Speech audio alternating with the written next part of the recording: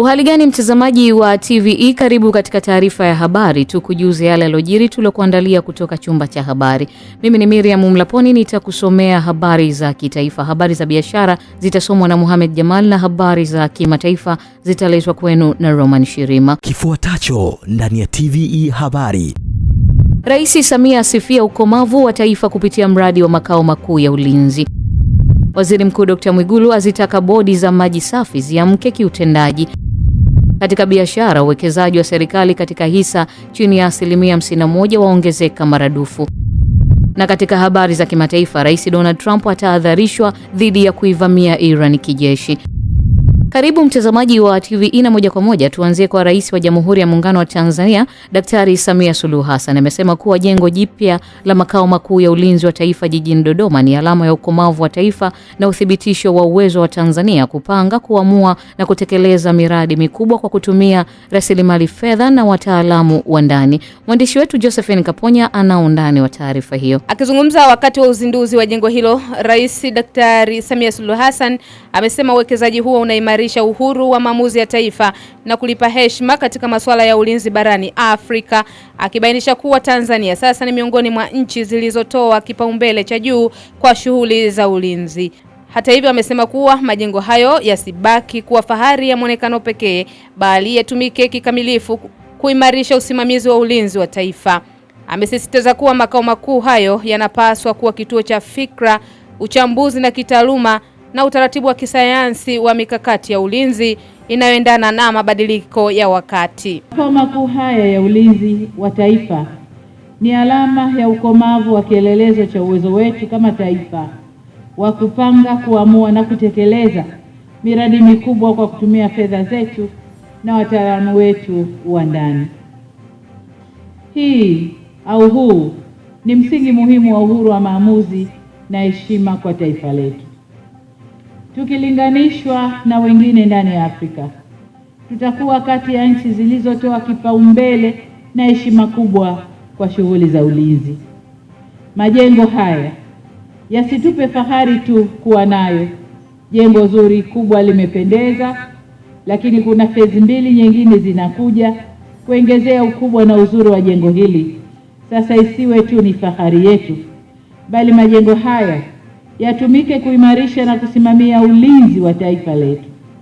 Yatumike kama kituo cha fikra, uchambuzi wa kitaalamu na uratibu wa kisayansi wa mikakati na shughuli za ulinzi zinazoendana na wakati tulionao. Kwa upande wake, mkuu wa majeshi nchini CDF John Mkunda amesema kuwa ujenzi wa makao makuu ya ulinzi wa taifa unajengwa na umetekelezwa na kikosi kazi kilichoundwa na majeshi ya ulinzi kikiongozwa na mkandarasi wa ndani na kimetumia force account ya fedha za ndani. Usimamizi na ushauri umetekelezwa na kitengo cha ushauri majenzi cha Wizara ya Ulinzi na Jeshi la Kujenga Taifa. Ujenzi umetekelezwa na kikosi kazi maalum kilichoundwa na mkuu wa majeshi ya ulinzi kikijumuisha maafisa na askari wa Jeshi la Ulinzi la Wananchi wa Tanzania, lakini pia pamoja na vijana wa Jeshi la Kujenga Taifa kikiongozwa na Kanali Injinia Zablon Mahenge kwa kutumia mfumo wa force account.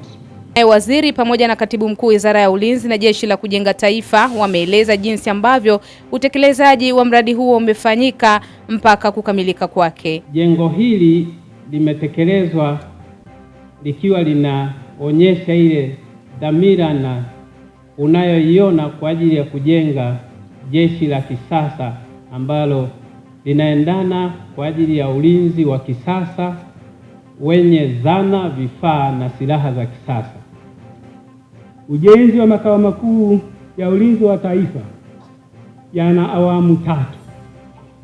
Gharama za ujenzi wa awamu zote hadi mradi utakapokamilika kwa majengo na miundombinu yote imekadiriwa kuwa ni kiasi cha shilingi bilioni 318,774 371,308 na senti 65. Ikumbukwe kuwa hayati Daktari John Pombe Magufuli, Rais wa Jamhuri ya Muungano wa Tanzania awamu ya 5, aliweka jiwe la msingi la ujenzi wa makao makuu ya ulinzi wa taifa tarehe 25 Novemba 2019. Baada ya hapo utekelezaji wa ujenzi huo ulianza rasmi mpaka kukamilika kwake hivi sasa.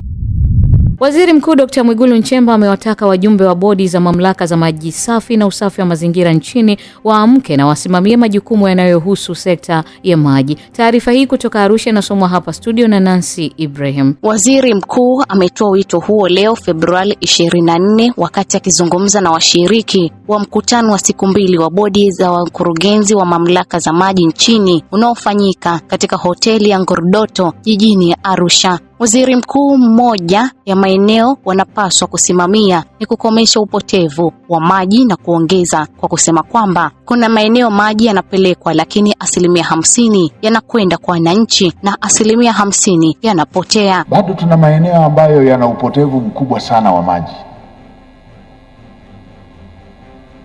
Bado yapo maeneo ambayo yana upotevu mkubwa wa maji.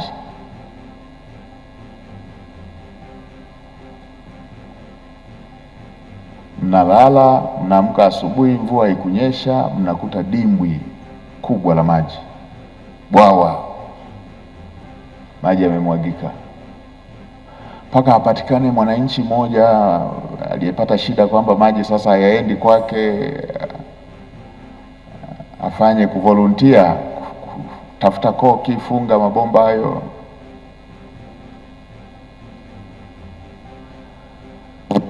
Lakini tunao watu wengine ambao wamejiunganishia maji kinyemela,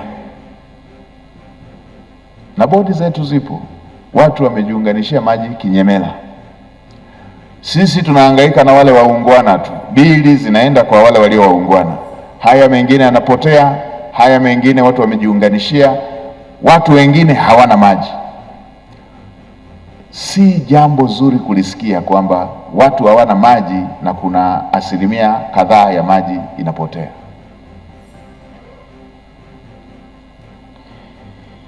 Tuendeni tukague miundombinu yetu, tukague utaratibu wetu wa usambazaji wa maji, tukomeshe kitu kinachoitwa upotevu wa maji. Dr. Mwigulu pia ametumia mkutano huo kumwelekeza Waziri wa Maji Jumaa Aweso aanze kwa kuwapima wajumbe wa bodi hizo wanamalizaje suala la upotevu wa maji. Kuhusu utoaji huduma ya maji kwa wananchi, Waziri Mkuu amewataka watendaji wote wa sekta ya maji wajitume kuhakikisha maji yanasambaa kote nchini. Mapema akimkaribisha Waziri Mkuu kuzungumza na wajumbe wa mkutano huo, Waziri wa Maji Jumaa Aweso amesema zaidi ya shilingi trilioni 3 zimetolewa na serikali na kutekeleza miradi ya maji kwenye maeneo mbalimbali nchini. Mheshimiwa Waziri Mkuu, sisi katika kipindi kilichopita Mheshimiwa Rais Daktari Samia Suluhu Hassan alitupa malengo kwamba moja ya maelekezo yake katika bunge alisema yeye ni mama na 1% kubwa anoteseka juu ya adha ya maji ni wakina mama. Hataki kusikia, hataki kuona wamama wa nchi hii wanateseka juu ya adha ya maji. Hayo ndio alikuwa maelekezo ya Mheshimiwa Rais. Sasa katika kipindi cha miaka 4 ya Mheshimiwa Rais Daktari Samia Suluhu Hassan, zaidi ya trilioni 3 zimewekezwa katika miradi ya maji mjini na vijijini. Sasa hivi vijijini tupo 85.2. Haya ni mapinduzi makubwa ambayo ameyafanya Mheshimiwa Rais Daktari Samia Suluhu Hassan. Mkutano huu wa kitaifa unawakutanisha viongozi wakuu wa usimamizi wa mamlaka 85 za maji nchini. Asante sana Nancy Ibrahim kwa taarifa hiyo.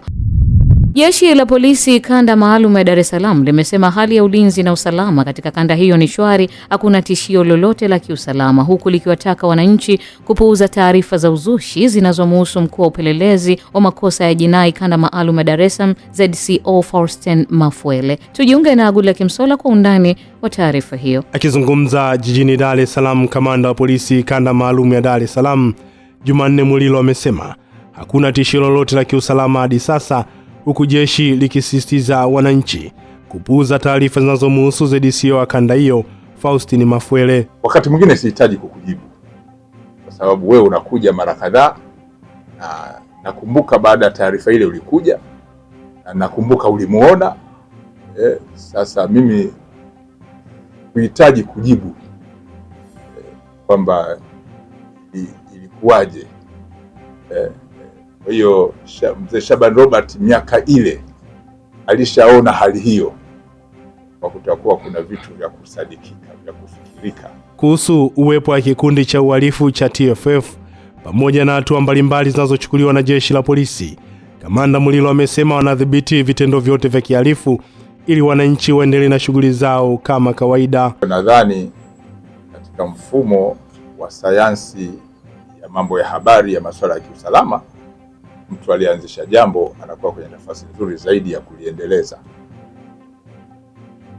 Mimi nilikuwa naona tu taarifa zile kulia kushoto, lakini zingatia nilichokueleza kwamba Dar es Salaam iko salama, iko shwari, na wananchi wanatupa ushirikiano mkubwa tofauti na watu wanavyofikiri.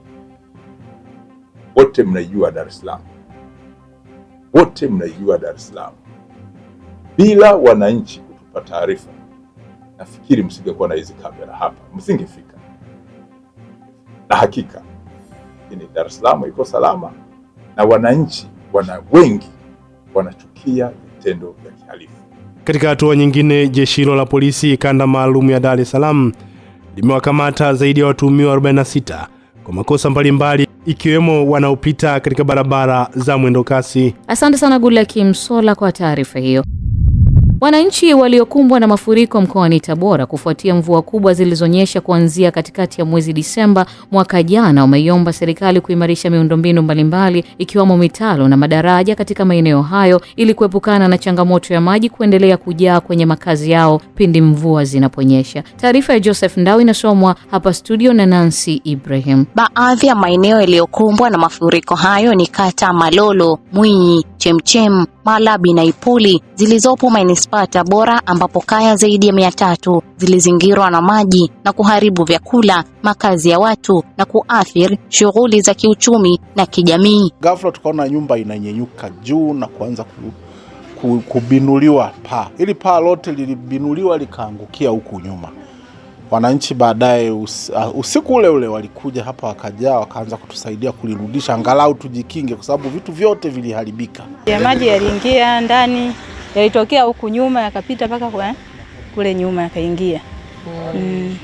Yakaingia ndani, yani pote paliloa. Tuliharibikiwa vitu vingi. Madaftari ya watoto, maana si anaingia usiku afu tulikuwa tumelala. Kwa hiyo alikuwa ni mvua za usiku. Mvua ilikuwa ilianza usiku ndio. Poleni sana. Asante. Basi mimi nilikuja kuwaona mbunge wenu, nikasema nije niwape pole wenzangu kwa majanga yaliyowapata. Kubomoka hasa upande wa Baruti kule, kuna nyumba ilikuwa inataka kubomoka kwa sababu ule mto ulikuwa umekula nyumba kabisa. Mbunge wa jimbo la Tabora mjini Hawa Subira Mwaifunga amewatembelea wananchi wa maeneo hayo waliokumbwa na adha hiyo ya mafuriko kwenda kujionea hali halisi, ambapo pamoja na mambo mengine ameiomba serikali kuangalia uwezekano wa kuchukua hatua za makusudi kwenye maeneo hayo ili kuwanusuru wananchi na mafuriko, kwa kuwa mvua za msimu wa masika bado zinaendelea kunyesha. Kwanza ni kuiomba serikali kuhakikisha kwamba inakuja kutusaidia ili tuweze kuondokana na masababu. Tabora sasa hivi bado mvua zinaendelea kunyesha. Tena mvua kubwa kweli kweli. Nimeona mvua ile ianza tangu saa 10 usiku. Imenyesha mvua kubwa. Maana sasa hawa watu tangu muda huo hawalali, wana hofu maji yasije yakaingia kwenye majumba yao. Kwa hiyo bado mvua zinanyesha na bado hatujui huko mbele, anayajua Mwenyezi Mungu, lakini kwa hili ambalo linawezekana, mtendaji, mimi nadhani litufanyiwe kazi kwanza hili, ili angalau tuweze kuanza kuyapunguza kabla hatujayamaliza kabisa, kwa ahadi ya serikali katika ilani yetu ya Chama cha Mapinduzi ya kujenga mitaro mikubwa ili kuweza kuondosha mafuriko kabisa katika jimbo la Tabora mjini. Nadhani mnafahamu kwamba katika ilani ya Chama cha Mapinduzi tulipita tukieleza ndani ya miaka 5 hii tutahakikisha mafuriko Tabora mjini itakuwa ni historia kwa kuchimba mitaro mikubwa zaidi ya kilomita 25 ambayo na hapa kwenye kata ya Mwinyi mitaro hiyo itapita ili kuweza kuondosha mafuriko haya. Asante sana Nancy Ibrahim kwa taarifa hiyo. Waziri wa mambo ya ndani ya nchi Patrobas Katambi ameonyesha kutoridhishwa na kasi ya ujenzi wa barabara ya lami kutoka nguzo 8 kuelekea hospitali ya Mwawaza inayojengwa kwa kiwango cha lami, akisema haiendani na fedha ambazo tayari zimetolewa na serikali. Mwavita Mkondo na taarifa zaidi kutoka Shinyanga. Akizungumza wakati wa ukaguzi wa mradi wa barabara ya nguzo 8 Mwawaza, ujenzi wa stendi mpya ya mabasi Kizumbi, pamoja na mradi wa ukarabati na upanuzi wa uwanja wa ndege Ibadakuli mkoani Shinyanga, Waziri Katambi amesema utekelezaji wa mradi wa barabara unasuasua, hivyo kumtaka mkandarasi kuongeza kasi ya utekelezaji kwa kufanya kazi kwa weledi ili mradi ukamilike kwa wakati, huku akisisitiza kuwa hakutakuwa na muda wa nyongeza kwa mkandarasi iwapo hatakamilisha mradi huo kwa wakati uliopangwa. Sisi kapambana kulia na kushoto, kapata fedha, kakupa wewe mkandarasi bilioni 3.9 hela ya kuanzia mradi kati ya bilioni 26. Ujenge lami hapa, utujengee stendi huko 33%, nje ya muda. Hapa barabara huko 13%, zaidi ya nusu ya muda wa mkataba. Ujenzi wa jengo la TARURA vivyo hivyo. Tafsiri yake unataka kutulazimisha jamii na sisi tukutafsiri ni mkandarasi usiyekuwa na uwezo, umepewa kazi usiyoweza kuibeba. Hicho ndio ninachoanza kukufikiria. Umebebeshwa mzigo ambao huwezi kuubeba. Ndio maana hatuoni mwendo. Hata punda ukimbebesha mzigo sio saizi yake atapiga magoti. Unaonyesha dalili za kuanza kupiga nini? Magoti. Kama hauna dalili za kupiga magoti, uchape mwendo tuone mzigo wetu ufike. Na mzigo wetu ni kuona lami, ambulance zipite hapa, wananchi watibiwe pale, watumie huduma hii. Stahiki Meya wa Manispaa ya Shinyanga Salum Kitumbo, kandarasi wa mradi huo hawajibiki ipasavyo katika utekelezaji wa kazi, hali inayochangia kuchelewesha kukamilika kwa mradi huo, huku diwani wa kata ya Ndala Zamda Shabani amesema wananchi wamekuwa wakilalamikia kasi ndogo ya utekelezaji wa mradi huo na kutaka hatua za haraka zichukuliwe ili kukamilisha kazi kwa wakati. Hakuna hata reason moja hapa ya maana ya kufanya ucheleweshe mradi. Haipo. Kwa sababu hivi vitu vyote anavyozungumza huyo consultants, anavyozungumza contractor ni vitu ambavyo vimeainishwa kwenye contract document. Na muda wake, kila kitu kiko wazi kabisa. Ukisema kwamba nashindwa kutoa miundombinu, haiwezekani jambo la namna hiyo. Hilo kwa linashajulikana tangu mapema. Hiyo sio sababu. Kwa hiyo kimsingi ambalo lipo hapa na ndio hilo uondeke nalo kwamba contractor hayupo committed kwenye kazi yake. Kweli wananchi wamekuwa na malalamiko makubwa kwa sababu wanaona spidi inavyokwenda sivyo walivyokuwa wakitarajia. Spidi inaenda kidogo sana. Na nikikumbuka ilivyofika mwezi wa 12 kipindi cha sikukuu waliondoa mitambo yote. Kwa hiyo kukawa shughuli zimesimama, kazi haiendelei. Lakini baadaye alivyokuja mkuu wa mkoa, nadhani amekuja mwezi wa kwanza mwishoni, akaja katoa maelekezo, ndio akaja kuendelea na kazi. Nao baadhi ya wakazi wa kata ya Ndala wamesema kutokamilika kwa barabara hiyo kumeendelea kuwa chanzo cha usumbufu kwa wananchi, hasa kipindi hiki cha mvua ambapo barabara hujaa maji na kupitika kwa shida. Imekuwa ni shida kubwa hasa kwa wazee na sisi wafanyabiashara tunafikeje katika maeneo yetu. Kwa hiyo pamoja na ujio wa waziri wa mambo ya ndani ambaye ndiye mbunge wetu wa Shinyanga, tunamwomba lisimamie hili sababu tuna adha kubwa. Watoto wa shule wanateseka na alafu barabara mbovu, maji yanajaa. Tunaomba tupewe wakati atudhihirishe hii barabara itaisha lini, kwa sababu wagonjwa, wazee wanapata shida. Asante sana Mwavita Mkondo kwa taarifa hiyo. Wataalamu wa magonjwa, dawa na vifaa tiba mkoa wa Mwanza wametoa wito kwa wananchi kuacha kutumia dawa kiholela pasipo kufuata maelekezo ya madaktari au wataalamu wa afya ili kuepusha usugu wa dawa mwilini. Mesha Kemano anatuarifu zaidi kutoka mkoani Mwanza. Akizungumza wakati wa mafunzo ya wakaguzi wa TMDA ngazi za halmashauri za mkoa wa Mwanza, kaimu mganga mkuu mkoa wa Mwanza Dr. Gabriel Mashauri amesema kuwa usugu wa vijidudu vya maradhi kwenye dawa unaongezeka endapo wananchi hawatochukua hatua za kupima kabla ya kutumia dawa. Takwimu za haraka zinaonyesha usugu wa vijidudu vya maradhi kwenye dawa unaongezeka na una uwezo wa kuongezeka zaidi endapo hatutachukua hatua za kupimwa kwanza kwa daktari, kuchunguza vijidudu vikoje na kujua kama kweli hizo dawa tunazomeza zinatusaidia, na kuelimisha wananchi vile vile kwamba anapoumwa si vizuri kwenda kununua dawa kubwa ambazo hazijaandikwa na madaktari kwa magonjwa mengine ambayo hata hizo dawa hazistahili. Kwa hiyo ni kuelimisha umma, lakini namba 2, yani elimu yenyewe ya umma ni kuhusu ununuaji kiholela wa madawa bila vyeti vya madaktari. Wapimwe kwanza ndio waweze kupata hizo dawa. Kaimu meneja mamlaka ya dawa na vifaa tiba TMDA ofisi ya kanda ya Ziwa Mashariki Mwanza, Agrey Rayson, ametoa wito kwa wafanyabiashara kuacha kujishughulisha na dawa zenye asili ya kulevya, huku pia akiwataka watumishi na watendaji kuendelea kusimamia kikamilifu dawa hizo. Kwanza rai yetu ni kwa wafanyabiashara ambao wanaweza kuwa wanafikiri au wanajishughulisha na dawa hizi zenye asili ya kulevya, waache mara moja. Lakini pia kwa watendaji, watumishi ambao wana dhamana ya kuzisimamia hizi dawa, basi waendelee kuzisimamia hizi dawa. Ndio maana kwenye session kama leo pia tumekuja na watumishi kutoka mamlaka ya udhibiti wa dawa za kulevya, kupambana na kudhibiti dawa za kulevya, ili basi pia watupitishe kana eneo lao la sheria, kanuni, wafahamu namna ambavyo ukiukwaji unaweza kujitokea kwenye matumizi ya dawa hizi, adhabu zinaweza zikatokea kwenye matumizi ya dawa hizi. Basi iwe ni knowledge ambayo wakaguzi waifahamu, lakini pia jamii waifahamu kupitia vyombo vya habari, kupitia kikao hiki au mafunzo haya. Nao baadhi ya washiriki wa mafunzo hayo wameeleza namna mafunzo yatakavyowasaidia katika kutekeleza majukumu yao. Watu wengi kwa sababu huwa hawafahamu na wanafikiri hizi dawa wanaziona tu ni kama dawa za binadamu, lakini ukizitumia vibaya zinakusababishia matatizo kama dawa za kulevya zingine. Na ndio maana sisi tunashirikiana na TMDA kuhakikisha watu kwanza uingizaji wa dawa unafuata taratibu, lakini pia matumizi yanakuwa ni sahihi ili yasiweze kuwaletea shida wananchi na jamii kwa ujumla.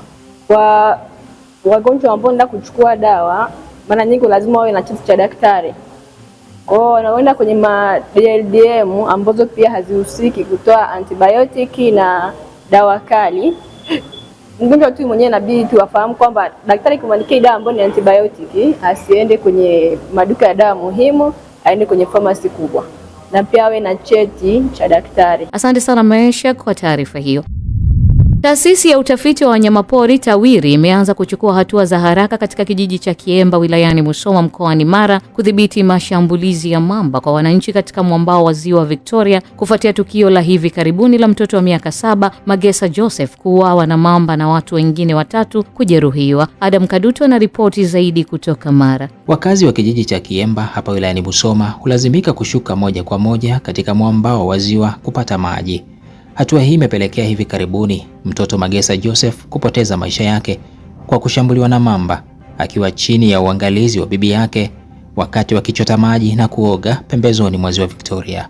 Wakazi wa eneo hili wanasema mwambao huu umekuwa hatarishi kutokana na kuongezeka kwa idadi ya wanyama wakali, hususan mamba wanaovamia maeneo yanayotumika na wananchi kwa shughuli za uchotaji maji. Alikuwa na bibi yake ziwani akiwa anaoga. Kwa bahati mbaya bibi yake alikuwa amemwacha hapo nchi kavu. Alipokuja huku alikuwa anamuosha mwingine, kumleta mwingine huku, kuja kurudi huku ndo mamba kamkwapua. Athari za mamba katika eneo la Bukuyu zipo nyingi, na mpaka sasa kuna mamba ameshawahi kuua mamba mmoja pale na wananchi wakajitolea kamuua. Tulikuwa na changamoto ya wanyama hatarishi ambao ni mamba, wamejaribu kudhuru watu kwa namna mbalimbali kwa wakati tofauti. Basi kilio chetu ikapelekea serikali kuu ndio ikafanya mpango wa kutengeneza kizimba kwa ajili ya usalama zaidi. Kwa sasa wananchi wana usalama zaidi wanapokuja Maruku kupata huduma mbalimbali, kuchota maji pindi kienda kuoga. Tayari taasisi ya utafiti wa wanyama pori TAWIRI imeingilia kati kwa kujenga kizimba maalum katika eneo hili, hatua inayolenga kupunguza hatari ya wananchi kushambuliwa na mamba wanapotekeleza shughuli zao za msingi. Ni ujenzi wa kizimba cha kuzuia mamba katika kijiji cha Kiemba ni hatua katika kupunguza migogoro ya binadamu na mamba ndani ya wilaya ya Msoma, ushirikiano kati ya TAWIRI na halmashauri ya wilaya ya Msoma. Hatua hii inaelezwa kuanza kuleta matumaini mapya, kwani kwa kipindi cha hivi karibuni hakuna tukio jingine la mwananchi kushambuliwa na mamba. Mimi kuna siku nilikuja hapa nilikuta kuna binti mmoja wa chuo alishambuliwa na mamba kwenye paja. Tulimchukua kwenda kufanya matibabu. Lakini hapa tukuta hata mtoto mmoja aliuawa hapa. Kwa uwepo wa hii naamini kwamba unaweza kuwa sehemu kubwa pia suluhisho, japo tunao wale wa ajira mpya na tutawakabidhi hili jukumu. Tunawahitaji mamba wawepo ziwani kwa sababu pia wanakula viumbe vingine ambavyo sio sawa kwa binadamu. Lakini pia binadamu tunawahitaji.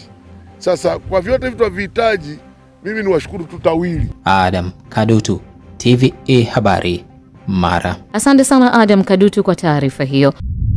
Taasisi ya Moyo ya Jakaya Kikwete JKCI imezindua tawi lake katika soko la Kariakoo, ikiwa ni katika mpango wa serikali kusogeza huduma za matibabu ya moyo karibu na wafanyabiashara, ambapo pia imetangaza mpango wa utoaji huduma za vipimo vya magonjwa ya moyo bure kwenye tawi hilo kwa muda wa siku 7 kuanzia leo. Mrisho Mapema ametuandalia undani wa taarifa hiyo. Akizungumza jijini Dar es Salaam wakati wa uzinduzi wa tawi la Taasisi ya Moyo ya Jakaya Kikwete JKCI kwenye soko la Kariakoo, mkurugenzi wa taasisi hiyo Dr. Peter Kisenge amesema tawi la Kariakoo limefunguliwa kwa kutambua uwepo wa wafanyabiashara zaidi ya 10,000 kwenye soko hilo pamoja na wananchi wakazi wa eneo hilo wanaohitaji huduma za afya. Katika watu wanaofanya biashara, afya ni kitu muhimu sana.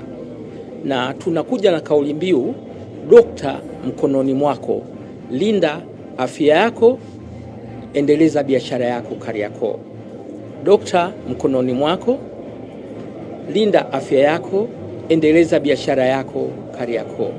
Tawi hili linakwenda kuwahudumia wananchi wote wenye matatizo ya moyo na wasiokuwa na matatizo ya moyo. Kwa hiyo ni tawi ambalo litakuwa linatibu magonjwa mbalimbali. Hata ukiwa na malaria, ukiwa na UTI, ukiwa na kitu chochote kile, utakuja hapa kuweza kupata matibabu.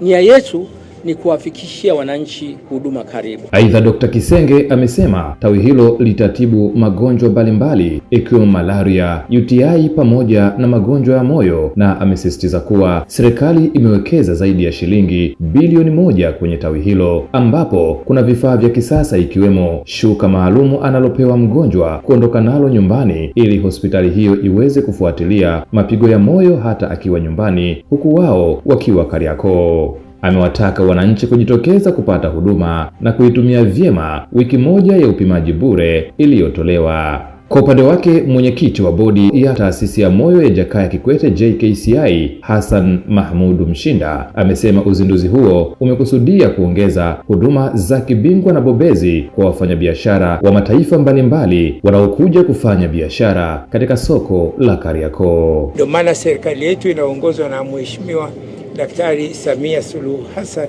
imewekeza zaidi ya shilingi bilioni 1 kwa ajili ya kuimarisha miundombinu, vifaa vya tiba vya kisasa, tehama na maandalizi ya kitaalamu ili kuhakikisha kwamba huduma za afya zinazotolewa ndani ya soko jipya la Kariakoo zinaendana na viwango vya juu vya ubora vinakubalika katika ngazi ya kitaifa na kimataifa. Nyie wote mnafahamu juhudi zinazofanywa na Taasisi ya Moyo ya Jakaya Kikwete kwa kuwa na uangalizi mpana zaidi wa kutoa huduma zao sio tu ndani ya nchi lakini nje ya nchi, hususan katika nchi zetu za Afrika. Naye meneja wa shirika la masoko ya Kariakoo CPA Ashraf Abdul Karim pamoja na mwenyekiti wa jumuiya ya wafanyabiashara wa soko la Kariakoo Sevelin Mushi wameishukuru taasisi ya moyo ya Jakaya Kikwete JKCI kwa kuthamini afya za wafanyabiashara na kufungua tawi hilo, ambapo wamesema soko hilo linahudumia watu wengi, hivyo tawi hilo litasaidia kulinda afya zao. Tunaupongeza uongozi wa taasisi ya moyo ya JKCI kwa kufika Kariakoo kufungua tawi lao hili. Jengo hili ambalo limewekewa uwekezaji mkubwa na Mheshimiwa Rais Dr. Samia Suluhu Hassan, zaidi ya bilioni 28 zimewekezwa hapa kuhakikisha miundombinu ni ya kisasa. Kwa wagonjwa wote wanaotaka kucheki afya zao wakifika hapa watapata maeneo ambayo yatakuwa yanawezesha kufika hapa kirahisi. Kwanza tumefungua njia. Paki mnaweza kuona mlivyoingia zipo za kutosha, zaidi ya 400 kwa wakati mmoja. Eneo ambalo kwa kweli tulikuwa hatuna hospitali kubwa ya karibu zaidi ya hizi ndogo za kawaida, na ni eneo ambalo watu ni wengi na kunaweza kutokea dharura au tukio lolote, na tukiangalia kulikuwa kuna tatizo la njia, lakini kama ambavyo amesema mwenyekiti meneja wa soko, hapa ni rahisi kufikika kwa maana ya njia, lakini ni karibu na katikati ya soko letu. Uzinduzi huo wa tawi la JKCI katika soko la Kariakoo lililopo ghorofa ya 5 ya soko jipya umebeba kauli mbiu isemayo daktari mkononi mwako, linda afya yako, endeleza biashara yako, Kariakoo. Asante sana Mrisho Mapeo kwa taarifa hiyo. Wananchi wa jimbo la Peramiho mkoani Ruvuma wameipongeza Tume Huru ya Taifa ya Uchaguzi INEC kwa kusimamia demokrasia katika mchakato wa uchaguzi mdogo wa kuziba nafasi ya ubunge katika jimbo hilo kwa kuendesha mchakato wa uchaguzi kwa kuzingatia misingi ya haki, weledi na usawa kwa vyama vyote vinavyoshiriki uchaguzi huo. Kutoka mkoani Ruvuma tuungane naye Innocent Romo kwa undani wa taarifa hiyo. Wakizungumzia mwenendo wa uchaguzi huo ambao kwa sasa umefikia hatua ya lala salama, wananchi wameonyeshwa kuridhishwa na namna ya vyama vya siasa vilivyopata fursa sawa ya kunadi sera zao na kuwatambulisha wagombea wanaopeperusha bendera za vyama vyao. Wamesema kuwa ushiriki wa vyama vingi umeongeza wigo mpana wa sera na hoja, hali inayowezesha wananchi kupima na kuchambua ahadi mbalimbali kabla ya kufanya maamuzi sahihi siku ya kupiga kura tarehe 26 Februari. Wamesema wanatarajia kiongozi atakayeshinda awe tayari kugusa maisha ya watu kwa kushughulikia changamoto za maendeleo zinazowakabili wakazi wa jimbo la Peramiho. Demokrasia ipo, vyama karibia 15 vimefika kuwania nafasi hii na vinafanya kampeni zake bila kwa uhuru wote, na wananchi tunajitokeza kwa ajili ya kusikiliza sera za kila chama na kuhakikisha kwamba tunafanya maamuzi sahihi ya kumchagua kiongozi wa chama ambaye ataweza kusimamia misingi ambayo wananchi wanahitaji. Tulikuwa na mbunge wetu ambaye alikuwa anapambania kwa miaka yote, tunaamini atakayefika atakuwa na uchungu sana wa kupambania. Natamani aanze na changamoto barabara, mashule, labda vijana wetu wengi sasa hivi hawana ajira. Kama nayo anaweza kuitatua basi atusaidie kwa hilo. Na waomba wananchi wa Peramiho wajitokeze kwa wingi kwenda kupiga kura siku hiyo tarehe 26. Daktari Bunungu Razarokomba kutoka Chama cha Mapinduzi, ambaye ni moja kati ya wagombea 15 wanaowania nafasi ya uwakilishi katika jimbo la Peramiho, akinadi sera za ilani ya chama chake, amesema ilani ya Chama cha Mapinduzi ina dhamira ya kuboresha na kuimarisha upatikanaji wa huduma katika sekta ya afya kwa kujenga miundombinu na kuimarisha upatikanaji wa vifaa tiba na wataalamu. Mtaji wa binadamu yoyote kufanya shughuli zake za kila siku, mtaji wa kwanza ni nini? Ni afya. Tunajenga zahanati na vituo vya afya kama maelekezo yanavyosema. Sasa tunasogeza huduma hizi za afya ili kutibiwa haraka. Hatua zilizopigwa katika kuimarisha huduma ya afya zote ni mashahidi kwamba ndani ya siku 100 alizoahidi mgombea wetu Dr. Samia Suluhu Hassan, tayari mambo ya msingi tuliyoahidi yameanza kuchukuliwa hatua na yameanza kutekelezwa. Naye mgombea kutoka chama cha Sauti ya Umma SAU Shani Zinduku amesema asilimia kubwa ya wananchi wa jimbo la Peramiho ni wakulima. Chama chake kina dhamira ya kwenda kuwapigania wananchi wa jimbo la Peramiho kuhakikisha pembejeo za kilimo zinapatikana kwa urahisi. Na nimeamua kugombea kupitia chama cha Sauti ya SAU kwa sababu hiki chama ni sauti ya Watanzania. Na mimi nimesimama kwa ajili ya kwenda kuwasemea Watanzania wa jimbo la Peramiho, kuwakomboa watu wa jimbo la Peramiho, hususani wakulima. Ninaona kero naoipata katika pembejeo za kilimo. Mbunge wa jimbo la Geita mjini Mhandisi Chacha Wambura ameanza kutekeleza ahadi yake ya kuboresha miundombinu ya barabara kwa kumwaga vifusi vya moramu katika barabara korofi zilizokuwa hazipitiki kutokana na ubovu wake. Tujiunge na Joel Maduka kwa undani wa taarifa hiyo kutoka Geita. Ikumbukwe kuwa Februari 15 ya mwaka huu mbunge huyo alifanya ziara katika kata ya Bwarahala kwa lengo la kujionea hali halisi ya ubovu wa barabara, ambapo alishuhudia miundombinu iliyoharibika kwa kiasi kikubwa kufuatia mvua zinazoendelea kunyesha. Akizungumza wakati wa zoezi la urekebishaji wa barabara hizo kwa niaba ya mbunge, katibu wa mbunge wa jimbo la Geita mjini Liziki Malko amesema kuwa kipaumbele cha kwanza cha mbunge huyo ni kuhakikisha miundombinu ya barabara inaimarishwa na inapitika wakati wote bila kikwazo chochote. Jimbo la Geita mjini ni miundombinu ya barabara, akiwa anaamini kwamba bado tunazo barabara zinazopitika, zipo zisizopitika, lakini zipo zinazoharibika kila wakati kwa sababu ya miundombinu yetu, lakini kwa sababu ya mvua. Naye akasema kipaumbele kwenye utendaji wake ni kuhakikisha kwamba miundombinu ya barabara inakuwa smart. Hivyo kila changamoto ambayo imekuwa ikiwasilishwa ofisini kwake, changamoto ya barabara amekuwa kipa kipaumbele. Ndio maana leo tumefika hapa 14 Kambarage. Tumefika kwa ajili ya kuleta kifusi kwenye maeneo yote yaliyokuwa yamewasilishwa kama ni kero kwa wananchi, amesababisha njia kukatika, amesababisha wananchi hawapiti kwenye maeneo hayo. Tumeleta kifusi kwa bajeti yake inayotoka mfukoni mwake kuhakikisha kwamba anawatengenezea mazingira wananchi hawa waweze kupita bila changamoto yoyote. Baadhi ya viongozi na wakazi wa maeneo hayo wameelezea changamoto walizokuwa wakikumbana nazo kutokana na ubovu wa barabara hizo, huku wakimshukuru mbunge kwa hatua ya haraka ya kuanza kuzifanyia kazi. Kwanza nashukuru kuona Kambarage 14 imekumbukwa. Ni siku nyingi tunalia. Kwanza mimi kazi zangu ni bodaboda. Nimeshukuru sana kuona gari imeleta kifusi hapa. Tunazunguka ili tupate njia hii. Tunazunguka mbali. Lakini sasa hivi tunashukuru kuona mheshimiwa amekubali kwanza kukarabati hili barabara. Kwa kweli tuna changamoto ya mabarabara. Mabarabara yetu yameoza, tunahangaika mpaka na magari yanateseka kupita. Lakini sasa hivi tunashukuru mbunge wetu anapotuletea makokoto haya ya kututengenezea mabarabara. Tunazidi kushukuru sana. Mwenyekiti wa mtaa wa 14 Kambarage James Steven amesema kuwa ubovu wa barabara ulikuwa ukiwasababishia hadha kubwa wakazi hasa wakati wa mvua, lakini kwa sasa matumaini yameanza kurejea kufuatia hatua zilizochukuliwa. Lakini kwa hiki ambacho mbunge tulimfikishia kwenye ofisi yake na akaahidi kukitekeleza, tumekiona kwa vitendo kutokea hatua za mwanzo walivyokuja na injinia wa TARURA, na engineer yule alijaribu kuangalia mahali ambapo pana stahili kutengenezwa ile ikae vizuri.